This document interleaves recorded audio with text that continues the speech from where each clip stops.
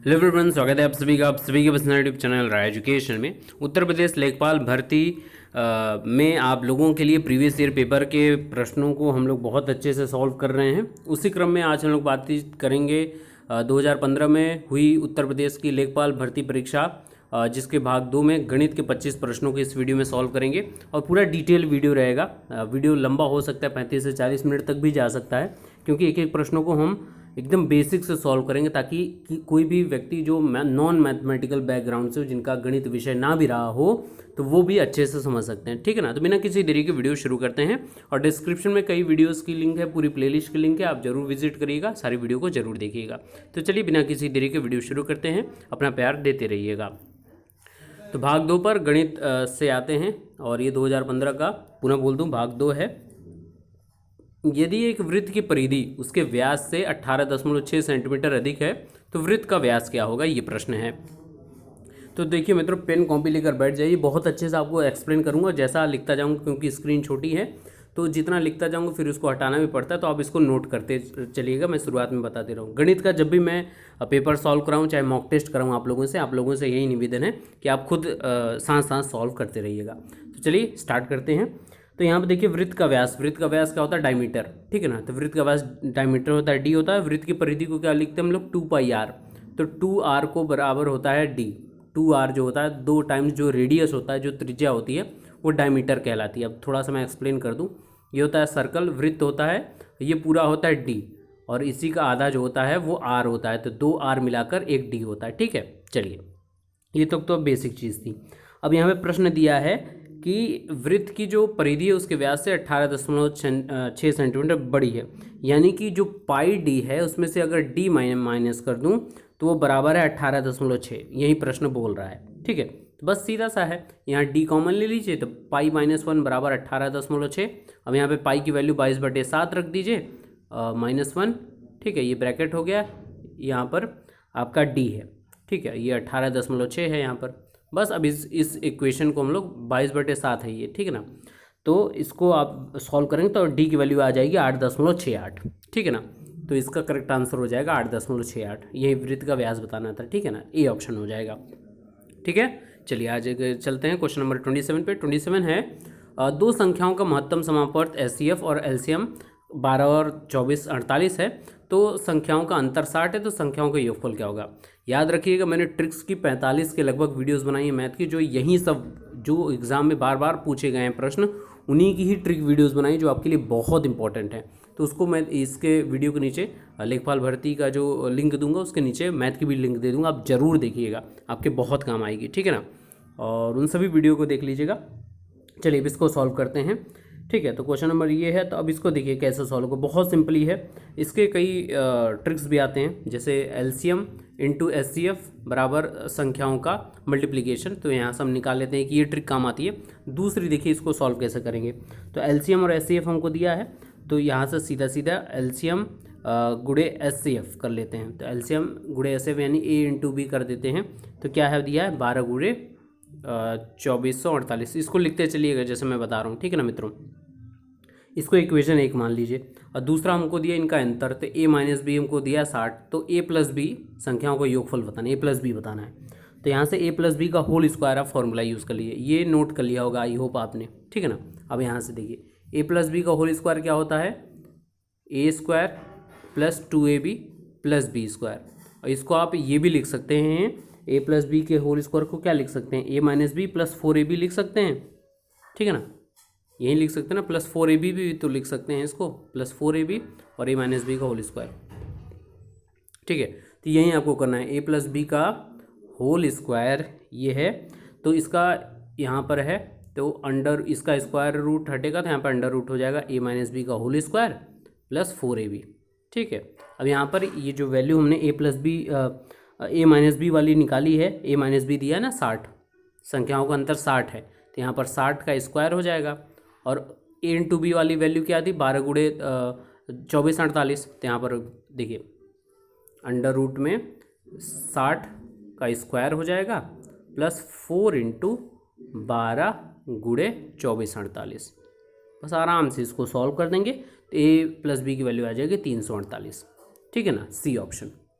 तो I hope आप इसको नोट करते चल रहे होंगे। वीडियो बड़ा बने कोई दिक्कत नहीं है, मुझे कोई प्रॉब्लम नहीं है, बस आपको समझ में आने चाहिए। हर एक व्यक्ति, हर वो शख्स जो इस वीडियो को देख रहा है वो बहुत बेसिकली समझ जाए, बस मेरा यही उद्देश्य है। क्वेश्चन नंबर 28 पे आ जाते हैं। एक स्कूटर और एक मोपेड के मूल्यों का अनुपात 9:5 है। तो यदि एक स्कूटर का मूल्य मोपेड के मूल्य से 4200 अधिक है तो मोपेड का मूल्य क्या है? ठीक है, चलिए कोई दिक्कत नहीं है। यहाँ पर देखिए स्कूटर है और मोपेड है, ठीक है, तो मान लेते हैं उसके 9:5 का रेशियो, तो एक 9x हो जाएगा, एक 5x हो जाएगा, ठीक है, यही हम रेशियो में लेके चलते हैं। अब देखिए यहाँ पर तो इससे प्रश्न अनुसार क्या है कि जो स्कूटर का मूल्य यानी कि जो 9x है वो कितना है, वो मोपेड के मूल्य से 4200 अधिक है, यानी कि 5x में जो 5x मोपेड का मूल्य इसमें 4200 और जोड़ दीजिए, यही इक्वेशन हमारी बन जा रही है। नोट करते चलिएगा मित्रों, मैं बार बार बोल रहा हूँ बस। अब इसको 9x में से 5x घट जाएगा तो 4x बराबर 4200, ठीक है, तो x की वैल्यू यहाँ पर 4200 को काट दीजिए, 4 कम 4, 4 पचे 20, ठीक है ना, तो यहाँ पर कितना आ जाएगी 1050, x की वैल्यू आ जाएगी 1050। अब यहाँ पर x की वैल्यू 1050 है, ये तो मोपेड कितना माना है हमने 5x माना है, तो बस 1050 में 5 से गुणा कर दीजिए, 1050 में 5 से गुणा कर देंगे तो आपका कितना आ जाएगा 550 आ जाएगा। डी ऑप्शन बिल्कुल करेक्ट हो जाएगा, ठीक है। चलिए आगे चलते हैं, क्वेश्चन नंबर 29 पे आ जाते हैं। अब तीन संख्याओं का योगफल 392 है। यदि पहली संख्या का दूसरी संख्या से अनुपात 2:3 है तथा दूसरी संख्या का तीसरी संख्या से अनुपात 5:8 है तो तीसरी संख्या पूछा है। अब देखिए यहाँ पर क्रम कैसा है, जैसे पहली संख्या आपने मान ली, दूसरी संख्या मान ली और तीसरी संख्या मान ली, तो इन्हीं तीनों संख्याओं के हिसाब से यहाँ पर दिया गया है, किसी आपस में एक दूसरे का इंटररिलेशन एक गैप करके दिया गया है ना। तो इसको कैसे मान लेते हैं, जैसे यहाँ पे पहली संख्या 2:3 में, पहली और दूसरी में। अब देखिए तीसरी माफ़ करिएगा, दूसरी और तीसरी में दिया है यहाँ 5:8, ठीक है, यही दिया हुआ है। अब यहाँ पर देखिए तो हमको आपस में कब बराबर करना है इनको, ठीक है, तो यहाँ पर कुछ ना कुछ सेम नंबर से मल्टीप्लाई करना पड़ेगा। तो यहाँ पर मल्टीप्लाई करेंगे किस किस नंबर से, यहाँ पर मल्टीप्लाई करेंगे हम, इसको सेम बनाना है, तो यहाँ पर ये हो गया 5, ठीक है, और यहाँ पर ये सेम चल रहा है तो यहाँ पर मल्टीप्लाई करना पड़ेगा किसी सेम संख्या से। तो यहाँ पर जो रेशियो निकल कर आएगा वो मैं आपको बता देता हूँ, ध्यान से समझिएगा। देखिए यहाँ पर 2 था, यहाँ 3 था, यहाँ क्या था 5 था, यहाँ 8 था। तो इसको सेम बनाने के लिए क्या हम लोग करेंगे रेशियो, तो ये 10 रेशियो हो जाएगा, ये हो जाएगा। सबसे पहले तो हमको तीनों का रेशियो एक साथ चाहिए ना, यहाँ पर देखिए किन्हीं 2 का दिया था तो हमको तीनों का निकालना पड़ेगा। तो ये रेशियो आ गया हमारा 10, 15 और 24 अनुपात में। अब इन लोग को x मान लीजिए, इसको 10x, इसको 15x और इसको 24x, नोट करते चलिएगा, ठीक है। अब इन तीनों का सम जो दिया है, इन तीनों का जोड़ हमको जो दिया है वो दिया है कितना, इन तीनों का जोड़ दिया हमको 392, 392, बस इसके बराबर कर दिया। अब तीनों को जोड़ेंगे तो ये कितना आ जाएगा, ये 10, 15, 25, 25, 24, 49, तो ये हो जाएगा देखिए 49x बराबर 392। तो x की वैल्यू कितनी आ जाएगी, कैंसिल करेंगे, काटेंगे तो आ जाएगी आपकी 8, x की वैल्यू 8 आ गई। अब हमको तीसरी संख्या हमने माना था 24x, यही माना था ना, तो x की जगह 8 रख दीजिए, 24 गुणे 8 कर देंगे हम, 24 गुणे 8 कर देंगे तो जो वैल्यू आ जाएगी 192, 192। बी ऑप्शन बिल्कुल करेक्ट होगा, ठीक है ना। तो वीडियो को रिवाइंड करके पॉज करके आराम से देखिएगा। और मित्रों मेहनत अच्छी लग रही है तो फटाफट वीडियो को लाइक करना मत भूलिएगा, वीडियो को शेयर करना मत भूलिएगा, और चैनल पर हैं तो चैनल सब्सक्राइब करके बेल आइकन को प्रेस कर लीजिएगा और कमेंट करके जरूर बताइएगा, ठीक है ना। आ जाते हैं नेक्स्ट क्वेश्चन पे। नेक्स्ट क्वेश्चन है, एक त्रिभुजाकार खेत का परिमाप 540 मीटर है और इसकी भुजाओं का अनुपात जो है 5:12:13 में है, तो इस खेत का क्षेत्रफल क्या होगा। बहुत अच्छी क्वेश्चन है। अब क्षेत्रफल पूछ रहा है यानी कि एरिया पूछ रहा है। अब देखिए तो यहाँ पर त्रिभुजाकार जो है ये क्षेत्र है, ठीक है ना, इस चीज़ को ध्यान से रखिएगा। चलिए अब नोट करते चलिएगा मित्रों, ठीक है ना। तो इसको मान लेते हैं ये 5x है, ये 12x है और ये 13x है, ये मान के चलेंगे हम लोग, ठीक है। अब इसका परिमाप 540 दिया है, यानी कि इन तीनों का जो जोड़ होगा, परिमाप यही होता है ना, सभी एरिया का साइड का सम करके उसके बराबर परिमाप यही होता है, ठीक है ना, यही होता है परिमाप। अब ये हो गया। अब यहाँ से x की वैल्यू निकालेंगे तो x की वैल्यू कितनी आ जाएगी, 18 आ जाएगी, ठीक है।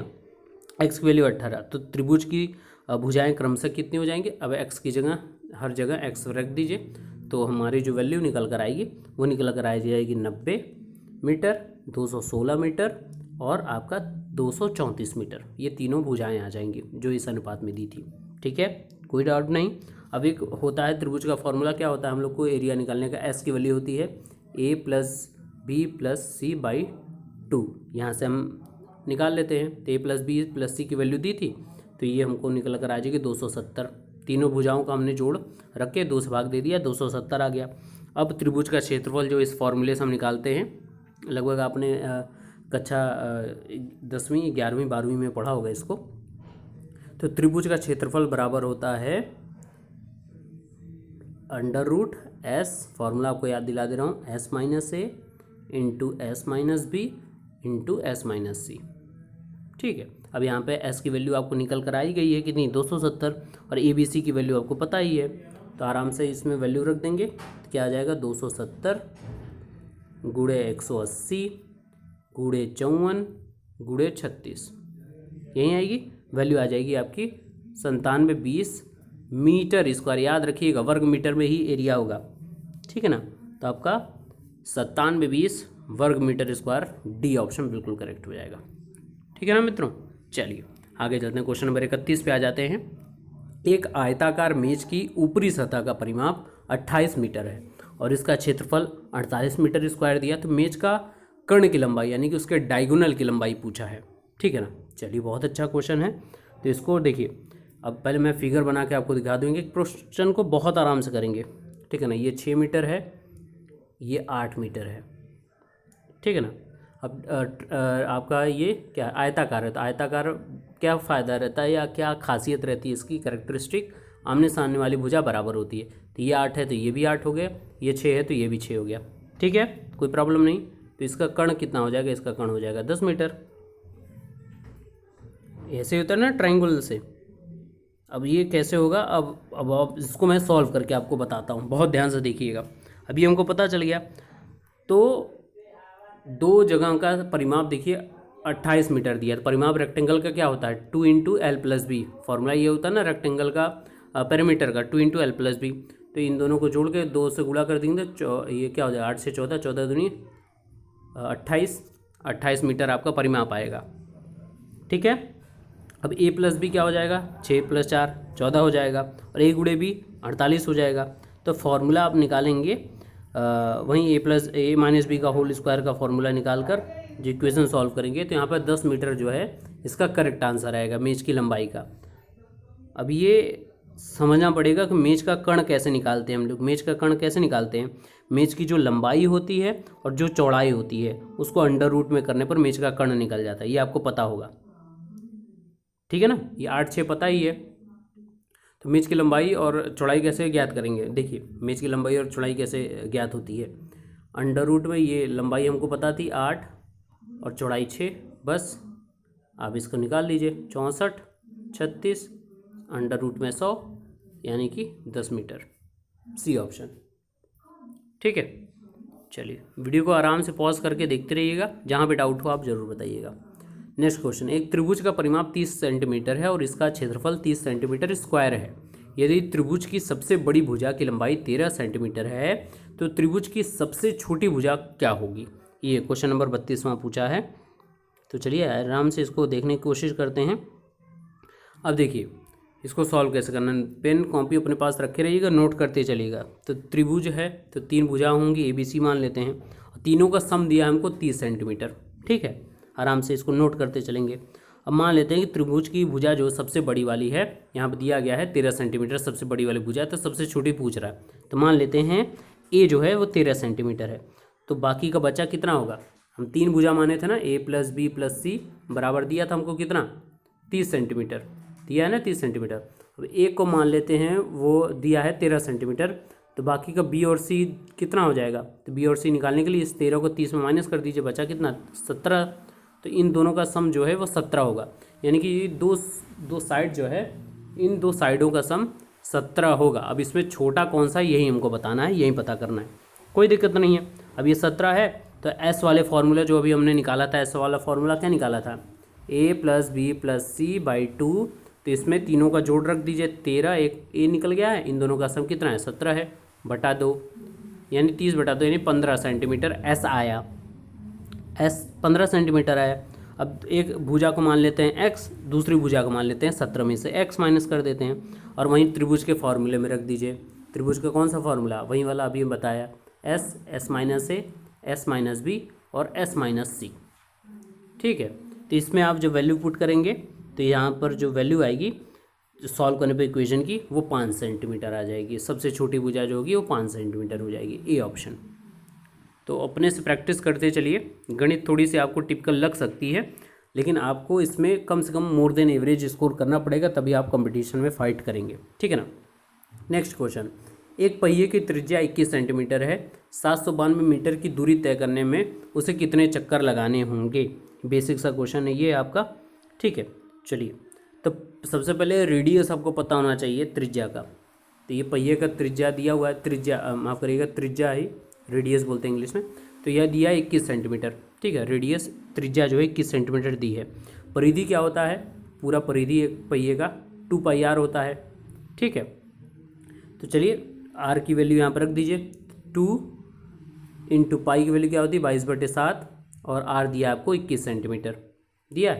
तो इसमें कैंसिल कर दीजिए, छाछठ दूनी कितना हो जाएगा 132 सेंटीमीटर। तो परिधि आ गई आपकी 132 सेंटीमीटर, टोटल रेवोल्यूशन 132। अब चक्करों की संख्या कैसे निकालते हैं, तो चक्करों की संख्या निकालते हैं टोटल दूरी। तो टोटल दूरी कितनी है बटे परिधि, तो टोटल दूरी कितनी है, ये 792 मीटर है ना। अब 792 मीटर है और यहाँ पर देखिए यूनिट का हमेशा ध्यान रखिएगा। हम लोग गलती यहाँ पर क्या करेंगे कि 132 ये सेंटीमीटर में हमने निकाला, देखिए क्योंकि यहाँ पे त्रिज्या सेंटीमीटर में थी, तो ये 792 मीटर है, तो इसको 100 से गुणा कर देंगे तब सेंटीमीटर में बदल जाएगा। ओके, तो इसको सॉल्व करने पे आएगा टोटल 600 आपका रिवॉल्यूशन, 600 चक्कर लगाएगा वो, बी ऑप्शन। ठीक है, चलिए आगे चलते हैं क्वेश्चन नंबर 34 पे। वीडियो लाइक करना मत भूलिएगा मित्रों, क्योंकि बहुत मेहनत लगती है इन सारे क्वेश्चन को सॉल्व करने में, और आप लोगों को बहुत अच्छे से मैं एक एक लोगों को बहुत अच्छे से सॉल्व कराने की कोशिश कर रहा हूँ। किसी काम में एक पुरुष एक महिला से दोगुना तेज है और एक महिला एक लड़के से दुगनी तेज है। यदि वे सभी अर्थात एक पुरुष महिला तीनों लोग एक साथ मिलकर काम करें तो 4 दिनों में पूरा कर सकते हों, तो एक लड़का अकेले उसे कितने दिन में पूरा करेगा। अब यहाँ देखिए क्वेश्चन बड़ा टिपिकल टाइप का है, कभी कभी सिंपल क्वेश्चन भी होते हैं और ये वर्क और आपका टाइम वाले में कभी ऐसा प्रश्न पूछ। तो यहाँ पे देखिए पुरुष और महिला का अनुपात दिया है 2:1 में, एक दोगुना काम कर रहा है। वहीं महिला और लड़के का भी यही दिया है 2:1 में। अब यहाँ जब तीनों की बात की जाएगी कि एक साथ काम करते हैं तो ये हो जाएगा 4:2:1, कुछ यही अनुपात होगा। ठीक है, तो काम करने में जो समय लगेगा वो ये लगेगा 1:2:4। सबका अपना अपना अलग है, तो मान लेते हैं सबका क्या, एक का x मान लेते हैं, एक का 2x मान लेते हैं, एक का 4x मान लेते हैं। ठीक है, x किसका लग रहा है, पुरुष को काम करने में 2x, महिला को काम करने में, और 4x लड़के को काम करने में। ये कितना, ये टाइम लग रहा है, दिन लग रहा है। तो बस इसको सॉल्व कर लीजिए, 1/x कर लीजिए, 1/2x कर लीजिए, 1/4x कर लीजिए। ठीक है, तीनों को ऐड करके कितने के बराबर, 1/4 के बराबर कर दीजिए। 4 दिन में काम करना है ना, 1/4 के बराबर कर दीजिए। तो यहाँ से जो x की वैल्यू आ जाएगी वो आ जाएगी 7। कितनी आ जाएगी x की वैल्यू, 7। और हमने लड़के का कितना माना था 4x, तो 7 × 4, 7 × 28 दिन, 28 दिन उस लड़के को अकेले काम करने में लगेगा। ठीक है, आ जाते हैं अगले क्वेश्चन पे। क्वेश्चन नंबर 35 है कि 60 लीटर मिश्रण में, देखिए यहाँ पे मिक्सर वाले क्वेश्चन आ गए। 60 लीटर मिश्रण में अम्ल और पानी का अनुपात 2:1 है। इसमें कितना लीटर पानी मिलाया जाए ताकि अम्ल और पानी का अनुपात 1:2 हो जाए। अब देखिए यही होता है आपके इन सारे क्वेश्चंस को प्रीवियस ईयर पेपर को एनालाइज करने में, कि आपके लेखपाल में देख रहे होंगे कि आपकी रीजनिंग बहुत सिंपल, बहुत अच्छा आता है, क्वेश्चन कर ले जाएंगे, जीके क्वेश्चन बहुत आसान निकल ले जाएंगे, ग्रामीण वाले क्वेश्चन कर ले जाएंगे। लेकिन मैथ में ही डिपेंड करता है कि आप मेरिट में रहने वाले हैं कि नहीं रहने वाले हैं। मैथ जिनकी थोड़ी बेस अच्छी होगी, इसलिए मैं बोल रहा हूँ कि मोर देन एवरेज आपको करना ही पड़ेगा स्कोर, अब बिना प्रैक्टिस के नहीं होगा। तो यहाँ पर इसमें पूछा रहा है कि कितना लीटर पानी मिलाया जाए ताकि अम्ल और इनका अनुपात 1:2 में कन्वर्ट हो जाए। पहले कितना है 2:1, अब इसका अपोजिट हो जाए। चलिए तो चलते हैं, इस क्वेश्चन को करते हैं। अब यहाँ पे देखिए अनुपात 2:1 में है, तो मिश्रण में अम्ल की मात्रा कैसे निकालेंगे। टोटल दिया 60 लीटर, ठीक है, तो 60 लीटर में कितना दिया है, वो 2 है अम्ल, पहले अम्ल है फिर पानी है ना, तो 2 अम्ल का होगा, 1% पानी का होगा अनुपात। तो 2/2 + 1 टोटल जो है, तो यहाँ से जो कैलकुलेशन ये सॉल्व होगा तो ये हो जाएगा 40 लीटर अम्ल है और बचा 20 लीटर पानी है। ठीक है, ये आपको पता चल गया। अब यहाँ पर देखिए, अब मिश्रण में मान लेते हैं कि x लीटर पानी मिलाएं, अभी हमको पानी निकालना है, तो आपका 1:2 हो जाएगा। तो चलिए इसको सॉल्व करते हैं, नोट करते चलिएगा जैसे मैं सॉल्व कर रहा हूँ। तो मान लेते हैं कि 40 अम्ल वाला था, तो बटे 20 + x हमारा क्या है, पानी है, ये हमको पता नहीं है अभी, और बटा 1/2 आधा करना है ना, 1:2। ठीक है, अब इसको सॉल्व करेंगे तो जो हमारे x की वैल्यू आ जाएगी वो आ जाएगी 60 लीटर, पानी की जो वैल्यू आ जाएगी वो आ जाएगी 60 लीटर। ठीक है, ए ऑप्शन करेक्ट हो जाएगा। मिक्सर एंड एलिगेशन के आने वाले समय में आपको प्रत्येक टॉपिक के वीडियो मैथ के मिलेंगे। बाकी मैंने ट्रिक सभी के वीडियो बनाए हैं, लगभग 45 वीडियो है, जिसको आप जरूर देख लीजिएगा। आ जाते हैं क्वेश्चन नंबर 36 पे। क्वेश्चन नंबर 36 यहाँ पर कि ट्रायंगल, एक त्रिभुज दिया है ABC, जिसमें कोण 90 डिग्री दिया है, और ए साइड दिया 25 सेंटीमीटर, दूसरा साइड 60 सेंटीमीटर। 10B का मान पूछा है कि क्या होगा। ठीक है, तो चलिए इसको देख लेते हैं। कुछ त्रिभुज इस प्रकार का आपका है। ठीक है, यहाँ पर त्रिभुज है और ये A है, ये B है और ये C है मान लेते हैं। ठीक है, तो ये 7 सेंटीमीटर है, ये 25 है और ये आपका 24 है। ठीक है, अब यहाँ पर ABC में एंगल A दिया है 90 डिग्री, तो ये देखिए ये 90 डिग्री है, इसलिए मैंने आपको एंगल शो कर दिया है। अब ये है, तो समकोण जब त्रिभुज है, क्योंकि आपका राइट एंगल ट्रायंगल है, तो इसमें आप पाइथागोरस थ्योरम लगा दीजिए। क्या, AC², ध्यान से नोट करते चलिएगा, AC² + AB², AC² + AB² यानी परपेंडिकुलर का स्क्वायर प्लस बेस का स्क्वायर बराबर हाइपोटेन्यूस के स्क्वायर के बराबर होता है, यानी BC²। AC दिया है 7, 7 का स्क्वायर, BC दिया है आपका कितना, BC दिया है हमको 8, माफ़ करिएगा, BC हमको 24 दिया है। ठीक है, 24 का स्क्वायर, और BC यहाँ पर एक सेकेंड, हाँ, AC² + AB² बराबर BC² हो गया। तो यहाँ वैल्यू रखेंगे तो AB² हमको निकालना है, तो यहाँ पे AB² कितना आ जाएगा आपका 24, AB की वैल्यू 24 आ जाएगी। हालांकि इसमें मैंने पहले आपको यहाँ पे नोट करा दिया है। तो 10 बीटा की वैल्यू पूछ रहा है, 10B की वैल्यू, 10B क्या होता है, लंब बटे आधार, 7/24 हो जाएगा, डी ऑप्शन। ठीक है ना। चलिए क्वेश्चन नंबर 37 पे आ जाते हैं। यदि किसी धनराशि पर ब्याज 1 पैसा प्रति रुपया प्रति माह हो तो वार्षिक ब्याज दर का प्रतिशत क्या होगा, ये पूछा है। चलिए, तो यहाँ पर ये पूछा है, तो ब्याज देखिए 1 पैसा दिया जा रहा है। ठीक है ना। मूलधन कितना है, 100 पैसा है, तो समय कितना लग रहा है, 1/12 लग रहा है, प्रति माह बोला है ना, तो वार्षिक ब्याज दर पूछा है। ठीक है ना। तो यहाँ पर दर पूछा है, रेट क्या होगा। क्वेश्चन आप देखेंगे तो क्वेश्चन में ही ढेर सारी चीज़ें आपको वैल्यूज़ दे रखी रहती हैं जो डायरेक्ट फॉर्म। तो सिंपल इंटरेस्ट क्या होता है, साधारण ब्याज क्या होता है, मूलधन कितना दिया है 100, रेट नहीं पता है, दर तो R लिख देंगे, और समय 1/12 दिया है, प्रति माह दिया है ना, और बटे 100। बस आराम से इसको सॉल्व कर दीजिए, 100 से 100 ये आपका कट गया, और यहाँ पे ये दर आपको निकल जाएगी कितना, ब्याज दर कितना दिया, 1 दिया हुआ है, तो आराम से ये दोनों कैंसिल, ये इधर बढ़ जाएगा, रेट बराबर आ जाएगा आपका 12। आपका रेट कितना दिया है, 12% वार्षिकी, बी ऑप्शन। ठीक है, आ जाते हैं क्वेश्चन नंबर 38 पे। 50 प्रेक्षणों के एक समूह का मानक विचलन 8 है, तो यदि प्रत्येक प्रेक्षण में को 2 से गुणा किया जाए तो मानक विचलन का मान बताना है आपको। अब देखिए यहाँ पर प्रेक्षण यानी स्टैटिक्स से क्वेश्चन आपका पूछ दिया है, तो यदि प्रेक्षणों से में n से गुणा किया जाता है तो मानक विचलन कितना हो जाता है, n गुना बढ़ जाता है, तो 2 से गुणा करने पर विचलन जो हो जाएगा वो 2 गुना बढ़ जाएगा। ठीक है, तो कितना दिया यहाँ पर, ये विचलन दिया 8, तो 8 × 2 कर दीजिए, हो जाएगा 16, मानक विचलन हो जाएगा आपका बी ऑप्शन 16। याद रखिएगा, जो भी प्रेक्षण है अगर इसका फॉर्मूला है कि उसमें n से गुणा होता है तो मानक विचलन n गुना बढ़ जाता है, तो यहाँ पर 2 से गुणा किया जा रहा है तो मानक विचलन हो जाएगा 8 × 2 यानी कि 16। ठीक है ना। आ जाता है क्वेश्चन नंबर 39 पे। x के किस मान के लिए निम्नलिखित आंकड़ों का बहुलक 27 होगा। यहाँ पर ये पूछा है, x ये यहाँ पर है, तो इसके कौन से मान के लिए ये बहुलक आपका यहाँ पर दिया हुआ 27 होगा, ये प्रश्न यहाँ पर पूछा है। ठीक है ना मित्रों। चलिए, तो यहाँ पर दिया गया जो आंकड़ा है इसमें सब में बहुलक 27 प्राप्त करने के लिए जो x के स्थान पर होगा वो जो होगा 27 जो है वो सर्वाधिक 4 बार आ रहा है, तो आपका बहुलक क्या हो जाएगा, 27 ही तो होगा। यहाँ पर देखिए 27 बहुलक कितनी बार आ रहा है, देखिए 1 2 3, 3 बार आ रहा है सबसे। अब देखिए और कोई वैल्यू है जो बार बार रिपीट हो रही है, जैसे 26 है, 1 बार आ रहा है, 2 बार आ रहा है, 3 बार आ रहा है, देखिए मैक्सिमम। तो यहाँ पे x की जगह आप क्या रखेंगे, x की जगह आप 27 रख दीजिए, मैक्सिमम बार वो रिपीटेड हो जाएगा बहुलक, बी ऑप्शन।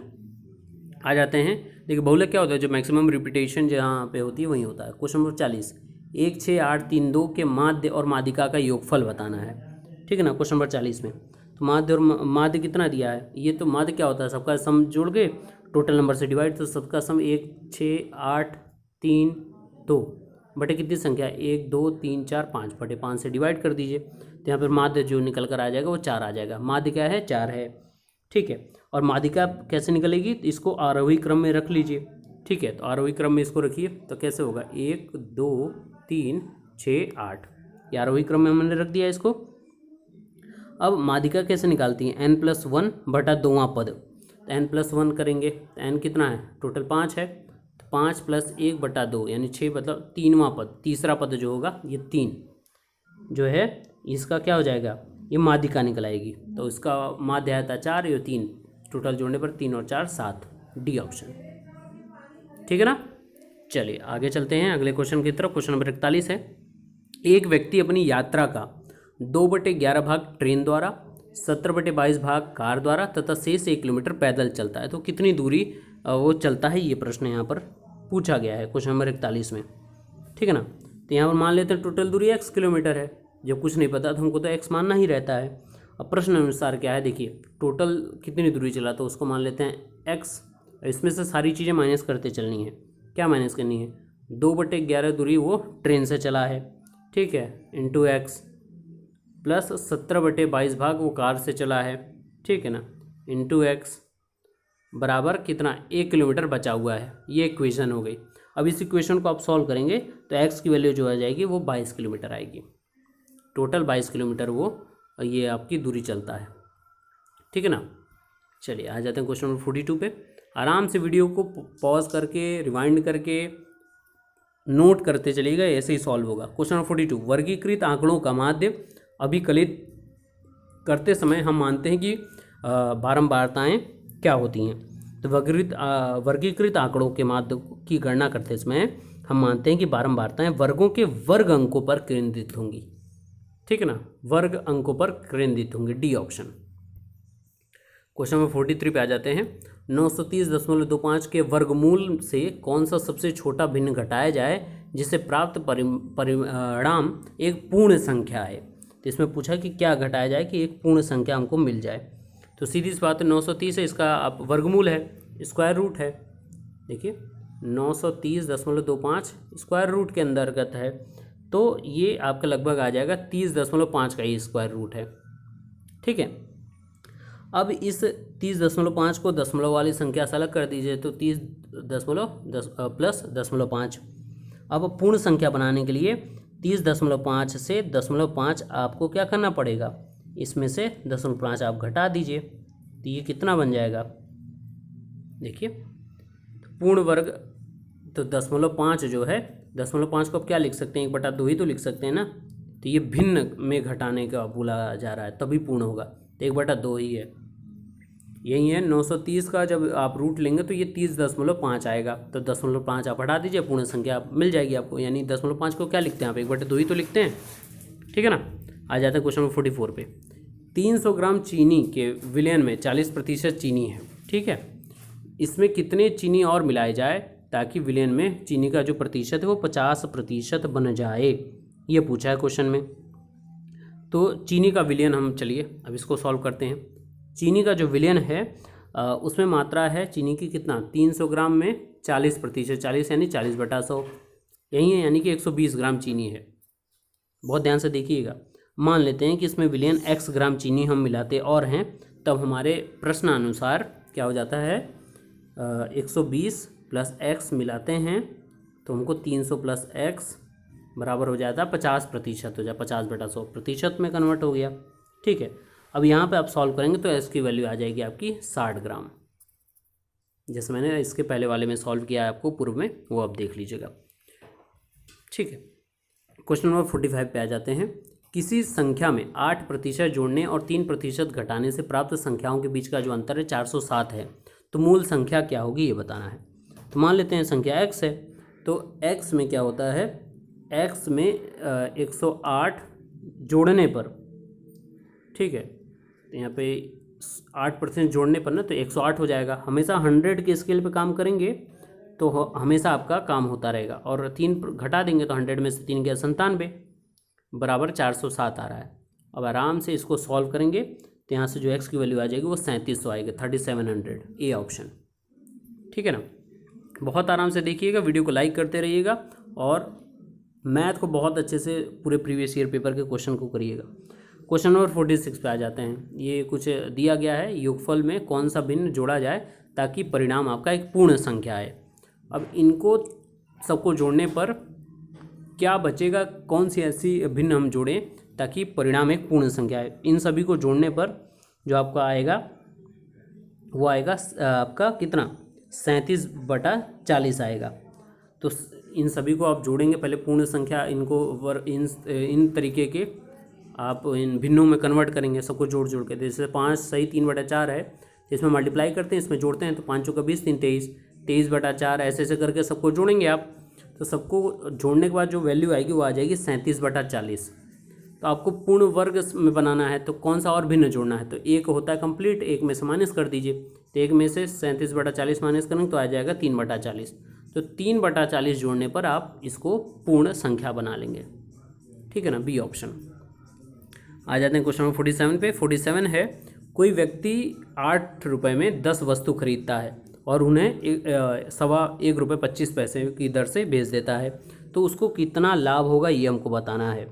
ठीक है ना, तो एक व्यक्ति 10 रुपये में 10 वस्तु खरीदता है 8 रुपये में, तो एक वस्तु का क्रय मूल्य सबसे पहले आप निकालिए। यहाँ पर देखिए क्रय मूल्य कैसे निकलेगा, तो एक वस्तु का क्रय मूल्य 8 आपका रुपये है, 10 वस्तु है, तो तुरंत क्रय मूल्य निकल जाएगा कितना, 80 पैसा उसका निकल रहा है।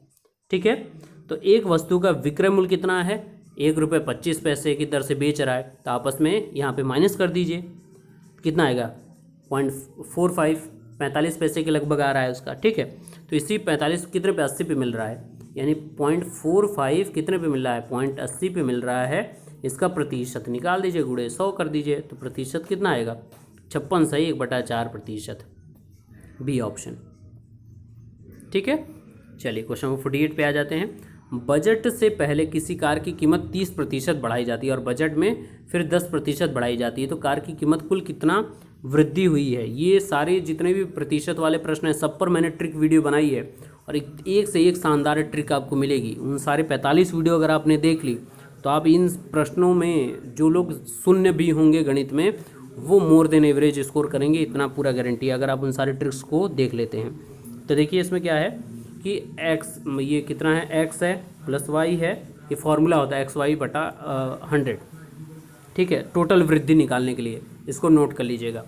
अब ये XY और XY क्या है इसको देख लेते हैं। x दिया है 30, आपको प्रतिशत बढ़ाया गया और आपको यहाँ पर 10% और बढ़ा दिया गया, और प्लस 30 गुणे 10/100, यही x plus Y plus x into y/100 हो जाता है। तो हो जाएगा टोटल कितना, 43% की वृद्धि यहाँ पर देखने को मिली है। चलते हैं नेक्स्ट क्वेश्चन पे। नेक्स्ट क्वेश्चन है आपका 49वां प्रश्न। यदि ये देखिए ये वाले प्रश्न तो मैंने पूरे ट्रिक वीडियोस पे पूरे बनाए हैं, इसलिए मैं बार बार तवज्जो दे रहा हूँ कि वो 45 वीडियो जरूर देख लीजिएगा। ठीक है ना, इस पर पूरा ट्रिक वीडियो है, पूरा पावर 4, पावर 1, पावर 2 सारे वीडियोज़ हैं, आप जरूर देखिएगा यहाँ पर। ठीक है ना, तो यहाँ पे देखिए कैसे सॉल्व होगा। यहाँ दिया 27 की पावर में x बराबर कितना दिया है, 9/3 की पावर में 3 है x, ये क्वेश्चन में दिया है ना, 9/3 की पावर में x दिया है। ठीक है ना, तो इसको सॉल्व कैसे करेंगे आप आराम से देखिएगा। तो ये 27 की पावर में x को लिख सकते हैं आप क्या, 3 की पावर में x ऐसे लिख सकते हैं। ठीक है, इंटू 3 की पावर में क्या लिख सकते हैं, x लिख सकते हैं, बराबर 9। तो यहाँ से जब सेम आप बेस बना लेते हैं तो पावर इक्विवेलेंट हो जाती है, तो इसको लिख सकते हैं क्या, 3 पावर में 3x प्लस एक्स बराबर 3 की पावर में 2, 3 बेस बराबर इन दोनों की इक्वेशन को आप इक्वेट कर देंगे तो क्या हो जाएगा यहाँ पर सॉल्व करने पे, तो घातों को जब बराबर करेंगे तो आपको क्या मिलेगा, x की वैल्यू हो जाएगी 1/2, तो 2 आप x की वैल्यू 1/2 हो गई। अब यहाँ पर देखिए 1/x की पावर में 4 है, यानी कि 1/1/2 की पावर में 4 है, यही है ना, तो ये हो जाएगा 2 की पावर में 4 यानी कि 16, डी ऑप्शन। आराम से वीडियो को ध्यान से देखेंगे तो बहुत अच्छे से मैंने इसको समझा दिया है, और बाकी पूरी डिस्क्रिप्शन में प्लेलिस्ट है आपके 45 वीडियोस की मैथ स्मार्ट ट्रिक्स के नाम से, आप जरूर देख लीजिएगा, आपकी बहुत मदद होगी। और आखिरी प्रश्न है इस आपके 2015 पेपर का लेखपाल के, कोई धनराशि साधारण ब्याज पर 10 वर्षों में अपनी दुगनी हो जाती है तो ब्याज की दर क्या होगी ये बताना है ना, सिंपल क्वेश्चन। आप पूरी वीडियो देखते रहिए, हमसे जुड़े रहिए, सारे प्रश्न चुटकियों में आप सॉल्व करेंगे, इतनी गारंटी है। और 45 वीडियो देख लेते तो आप खुद मास्टरमाइंड बन जाने वाले हैं। तो मान लीजिए मूलधन आपका P है, प्रिंसिपल, ठीक है, तो ब्याज कैसे होता है, मिश्र धन से मूलधन माइनस करेंगे तो ही ब्याज निकलता है, ये आपको पता ही है, ठीक है ना। तो साधारण ब्याज कैसे निकलता है, P/R/T/100, यहाँ पर हमको दे दिया है 10%, 10 वर्षों के लिए, तो रेट क्या आ जाएगा, 10% आएगा, सब बराबर चल रहा है ना, तो रेट आपका आ जाएगा 10%, ठीक है। तो ये पूरे प्रीवियस ईयर के 2015 के पेपर के पूरे सॉल्यूशन रहा, और आई होप कि मैंने कोशिश की है कि एकदम बेसिक से आप लोगों को समझाने की कोशिश करूं, और आई होप वीडियो आपको अच्छा लगा तो फटाफट वीडियो को लाइक कर दीजिए मित्रों। लगातार आप लोगों के लिए वीडियो लगातार बोलना पड़ा है ये, और ये मेरा बोलना तब सफल होगा जब आप इस वीडियो को बहुत अच्छे से देखेंगे और आप इसका लाभ उठाएंगे। इस वीडियो को शेयर कर दीजिएगा ज़्यादा से ज़्यादा, हर WhatsApp group, Facebook group, Telegram group, जहाँ भी आपके मित्र हों उन तक पहुँचाइएगा। और चैनल पर नहीं तो चैनल सब्सक्राइब करके बेल आइकन को प्रेस कर लीजिएगा। डिस्क्रिप्शन में कई प्लेलिस्ट है, उसको देख लीजिएगा और अपनी तैयारी करते रहे हमसे जुड़कर। Best of luck, thank you so much. याद रखिएगा, एक सीट आपको लेनी ही लेनी है किसी भी कीमत पर। कमर कस लीजिए और मोटिवेशन होकर अपना लेते रहिए और आगे बढ़ते रहिए। Best of luck, thank you so much.